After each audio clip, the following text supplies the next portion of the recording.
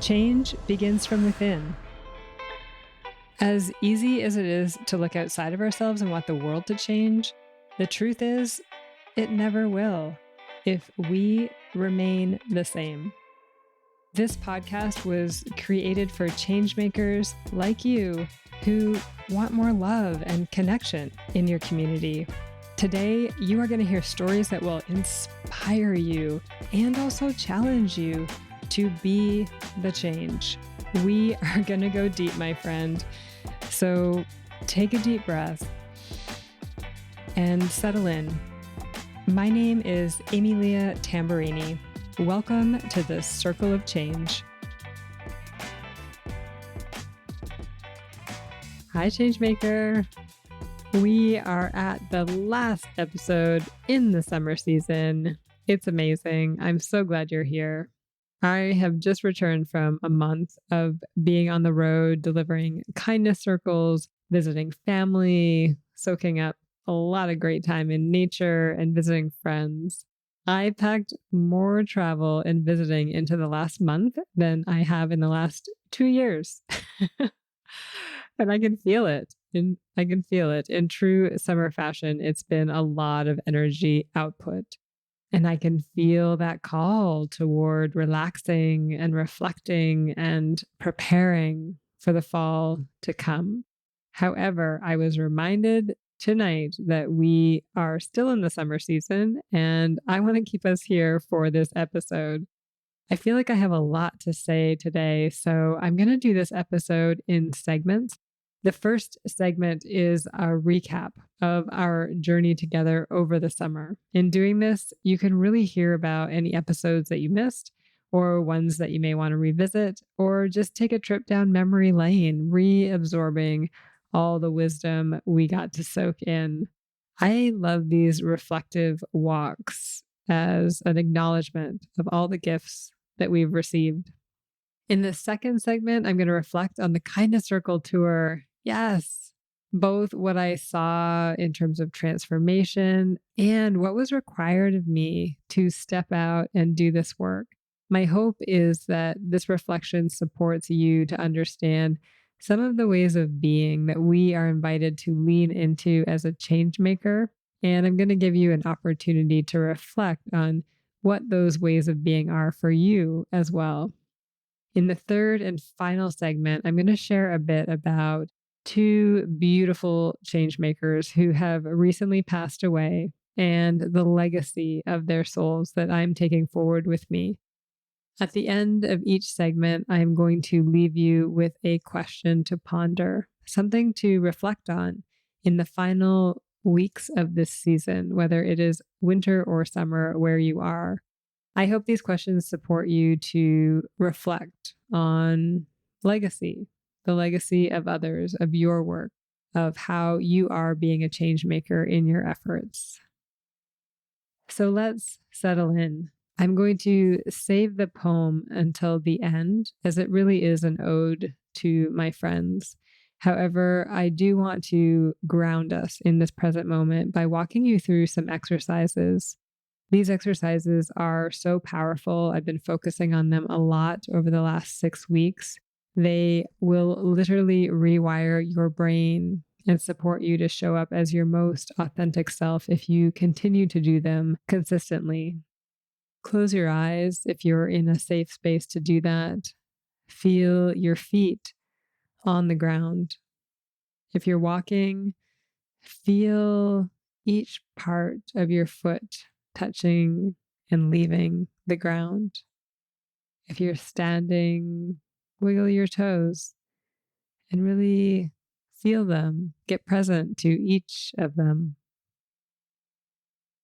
Place your hand on your belly and take a deep breath in.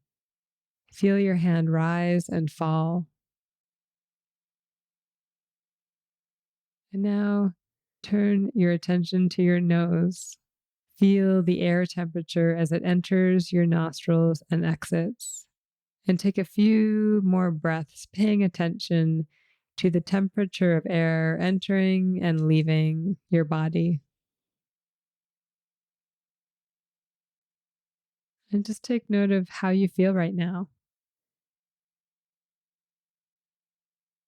These exercises are available to you no matter what you are going through or where you are in your day. You can replay this section over and over again as much as you like throughout your day to ground yourself back in your body in this present moment. And that, of course, is the place where you can be the change that you want to be in the world. Let's dive into the first segment where we get to remind ourselves of the wisdom that we've been exposed to over the last few months. There were some stellar collaborations and conversations that came to us this season.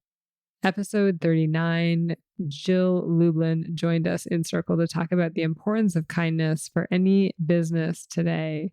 And she shared so many insights from her book, The Profit of Kindness. In episode 41, my old neighbor and good friend, Wayne Foster, chatted to us about connection and how we only need to look to nature to understand how interconnected we are. And that was based on his recently published book called Being Connected. And then our last guest was the wonderful Pamela Thompson. In episode 42, she spoke to us about her courageous life journey and the key principles of feminine leadership from her book, Learning to Dance with Life, a guide for high achieving women. Thank you so much to all of these change makers for sharing their story here in Circle with us. And if you are looking for a summer read, I recommend any of these books, which you can find in the episode specific show notes. In our more intimate Circle conversations, I started us off with a bit of a prickly topic in episode 38. That was that solo conversation on projection, bringing home that sage wisdom that what we see in the world is a reflection of our inside conversation. And if we pay close attention to what we're blaming others for, we will see an opening to our own healing. And that, my friend, is where change begins. In episode 40, I read to you my latest newsletter, which spoke to the power of disconnecting from the noise and charting our own path. This is the work of decolonizing our ways of being and systems to discover new paths that are awaiting us.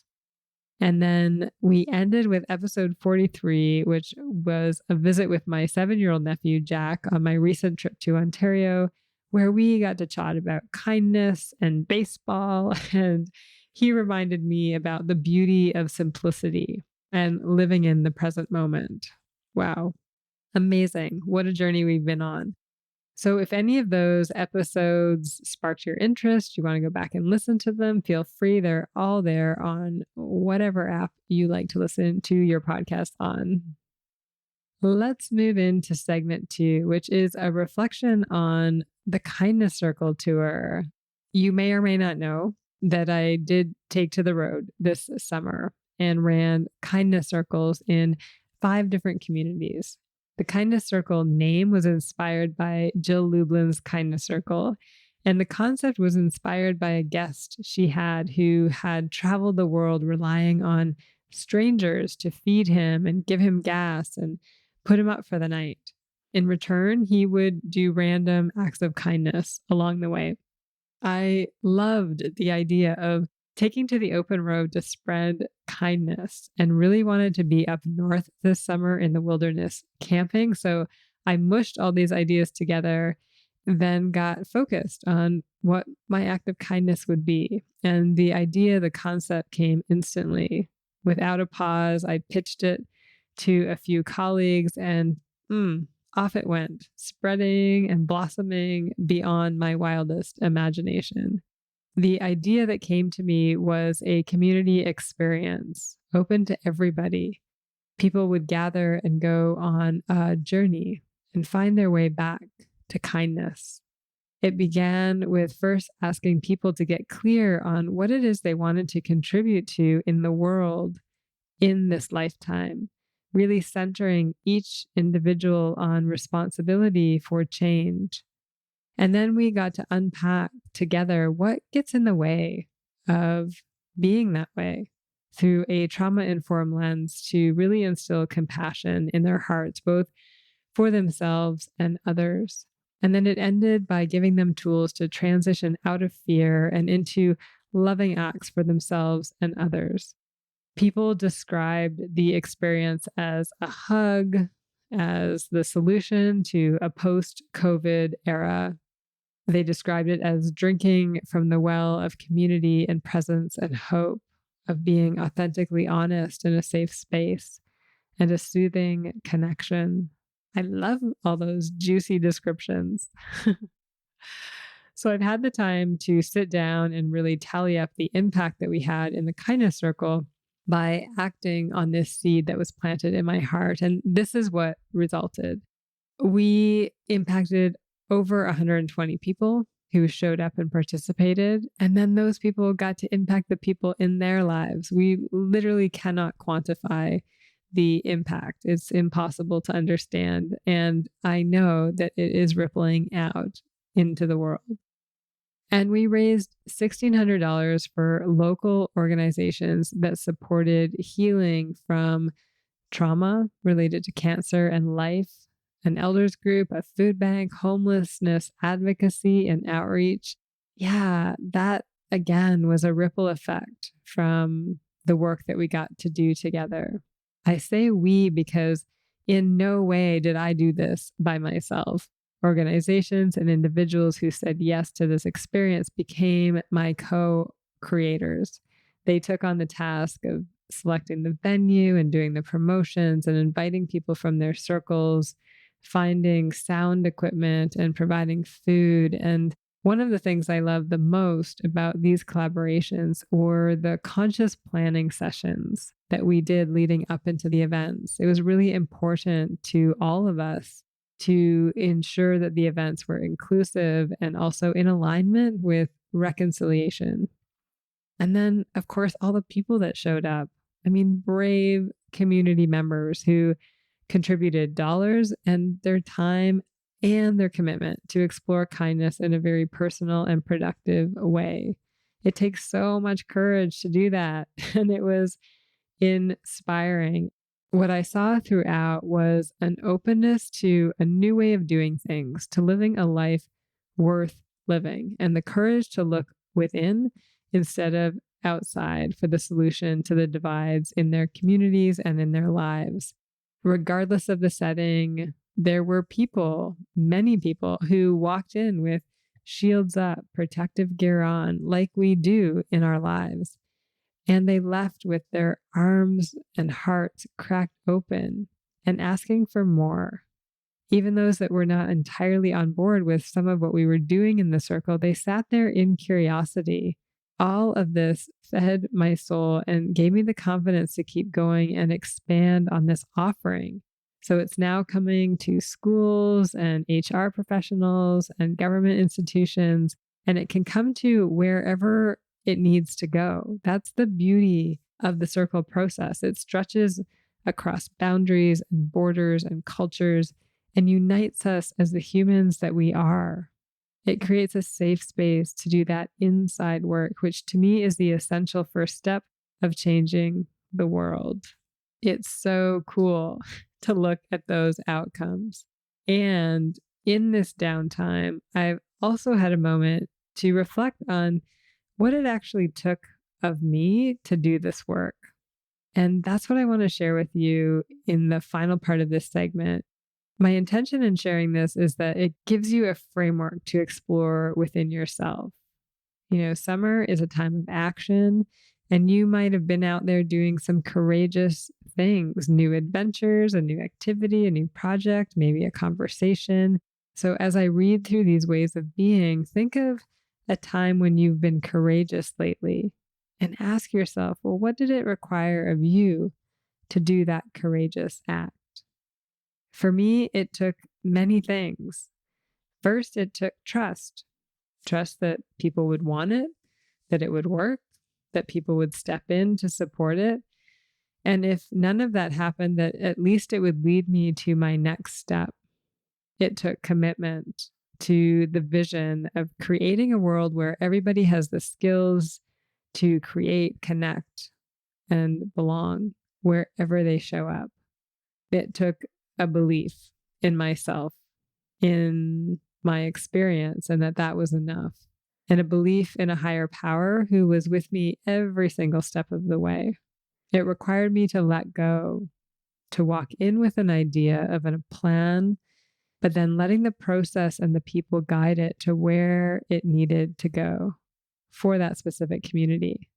It took arriving, like showing up, literally going to the communities, and then also being present there when I arrived, learning about the culture and the issues and the struggles so the work would be relevant that we did together. It also took support. I asked my cousin MJ to come join me and take photos. I asked co-hosts for what I wanted to bring the vision to life. I asked people to host me, and I asked the creator to step in and guide me when the path was not clear. And I think the last piece was self-care. It was interesting for me to manage camping and visiting and giving myself in this way. And I don't think I factored in the energy that would require of me. So I learned along the way to ask for what I needed, a break, some quiet time or silence, so that I could really integrate and center myself.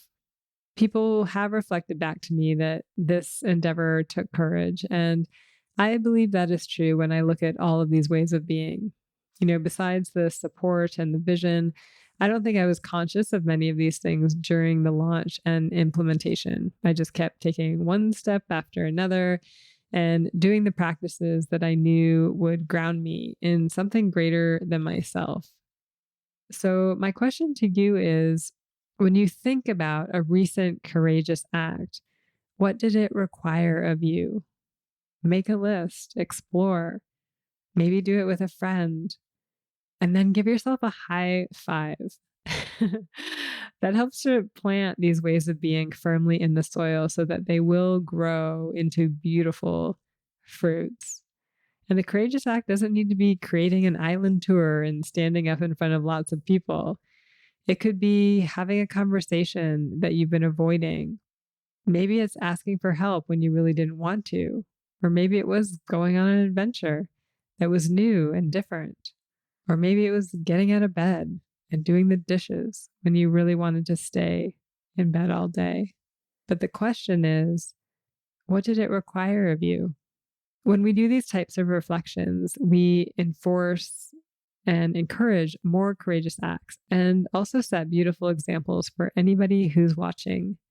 Take a few moments and press pause to do this now if you want to. Let's now segue into our next segment where I want to take a few minutes to reflect on some beautiful souls who have just recently left the earth plane or died to our 5 sensory way of being. I mentioned support earlier and how important that was for me to bring the kindness circles to communities. And part of support for me is surrounding myself with teachers, people who will give me the lessons that I need to learn. Jennifer Stevens was a cancer survivor until she wasn't anymore. I met her at a cancer healing retreat just over 1 year ago. In a circle like that, it is inevitable that you will say goodbye to one or many people before you want to. It doesn't make it any easier. At our 1 year anniversary this July, the majority of our intimate group of 8 went to say goodbye to her at her home on Cortez Island. On this trip, we got to soak in Jen's loving community, her family, her neighbors, the strangers that dropped food off and helped her to plan her end-of-life ceremonies, and also the beautiful nature that she was surrounded by. We got to listen to stories about her life that we'd never heard before and go through the process of connecting all the dots. The spiritual healing that she had sought out throughout her life was absolutely profound, and she remained eager to heal her wounds to the very last breath. She was fierce courage, and she lived her life that way. One of the ways she did that was her ability to laugh in the most painful of circumstances. It's a quality I've seen in many Indigenous teachers, and she embodies it. In one quick and seemingly side comment, she would shift my perspective. If I was going on about a situation that I really had no control over, she'd say, "Oh, it's crazy, isn't it? What we focus on, even though it causes us so much pain." And then she'd laugh.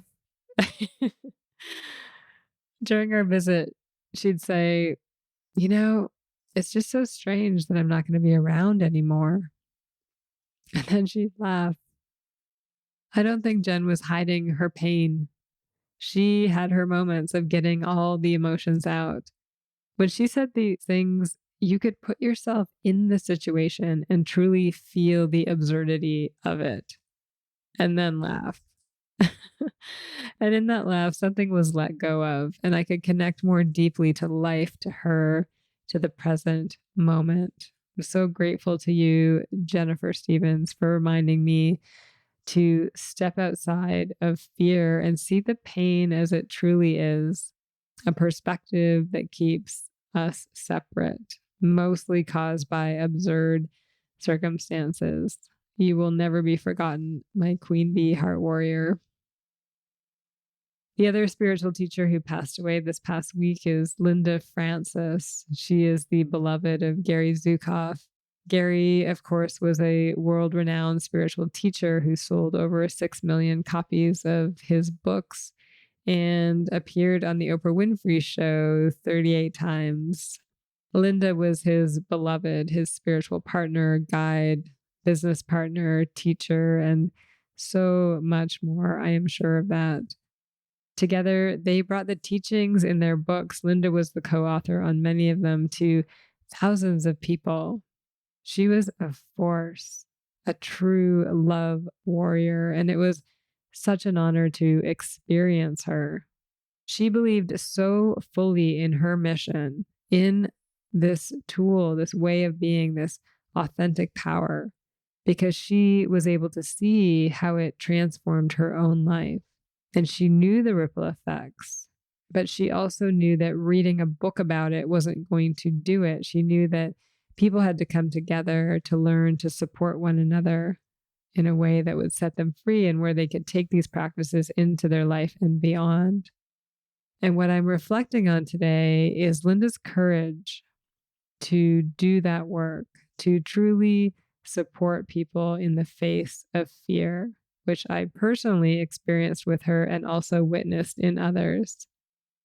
She would smile at me and show me the path back to my authentic power, even if frightened parts of my personality despised her in the moment.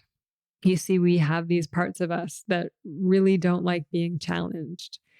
Their anger, the jealousy, the entitlement, superiority. They want to run the show because we've been conditioned to think that these ways of being keep us safe. So when someone stands there and calls you out that maybe, just maybe, they are seeing one of these things in you, the body's natural reaction is to lash out, to draw away, or to drown it out. But Linda made it her mission to stand in that fire. She saw everyone as a soul worthy of this level of support, and she gave it knowing full well that she wouldn't be liked by the frightened parts of our personality. Now that's Gary and Linda's language. You could also say our fear or our shadow side, samskara, or even our saboteurs.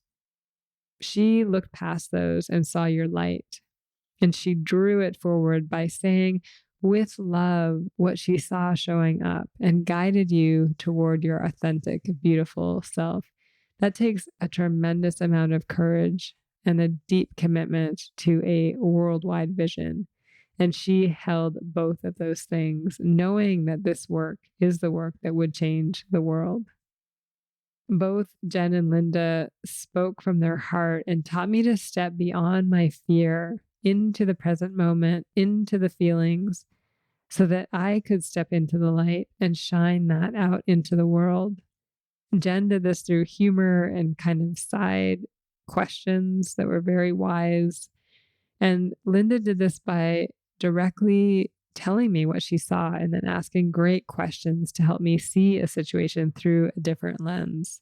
They were not attached to liking me, but they were attached to bringing forward their vision of a better world. Amazing.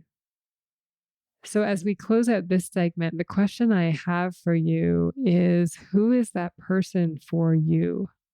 Who calls you out in one way or another, the parts of you that are holding you back from experiencing love and joy and connection in your life? Who is courageously standing for you? And lastly, what is the thing that drives your work or the way that you support others? What is that vision that you are holding? Because that is your North Star. That is your guiding light. People will come and go in your life, as I am learning very poignantly this week. But this vision, this guiding star will always be there. I want to thank Jen and Linda for their support, for the unique and powerful ways you both guided me back to the light.